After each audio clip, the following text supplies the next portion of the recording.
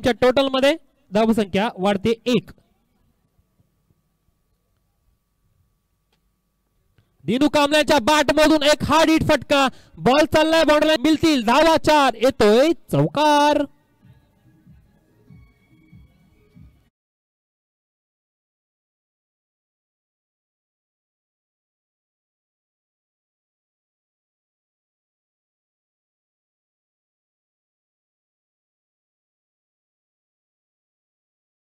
सात धावसंख्या जरूर झालीये.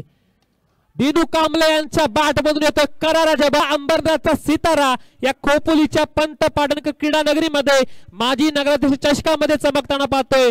या मॅच मध्ये आला दिनू कांबळेच्या बॅट मधून दुसरा चौकार.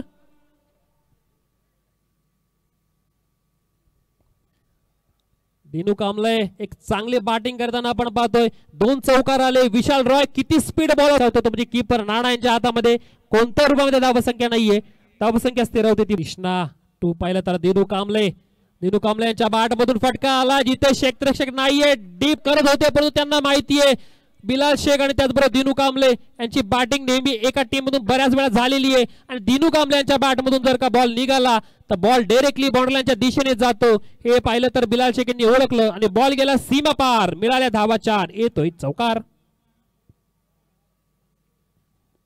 दिनू कांबळे या मॅच मध्ये चांगली बॅटिंग करत. खोपोलीचं क्रिकेट आज पाहिलं तर इथून नक्कीच चांगलं सुधारेल. अजूनही खूप चांगलं क्रिकेट पाहिलं तर इथे ऑल इंडिया ओपन दाखवून दिला. येते विजयी फटका येतोय बॅट मधून. बॉल गेला सीमारेषे बाहेर. येतोय विजयी षटकार. वसीम भाईंना विनंती असेल आपल्या कॅप्टनला पण टॉस करण्यासाठी पाठवायचंय. आणि त्याचबरोबर लवजी संघाला अल्पेश 11 लवजी संघाला सुद्धा टॉस करण्यासाठी पाठवायचंय. आणि मी तुमची सध्या रजा घेतो आता, कारण की ज्यांनी 4 दिवस मेहनत घेतले ते आमचे प्रवीणजी दुगाडे सर आणि त्याचबरोबर तुषार दादा धुमाळ म्हणजे मुन्ना दादा, त्याचबरोबर आमचे लल्लू दादा सोलंकी सर, हे तिघ तुमच्या सोबत जोडले जातील. आणि तुम्ही आम्हाला इथे बसण्याची संधी दिली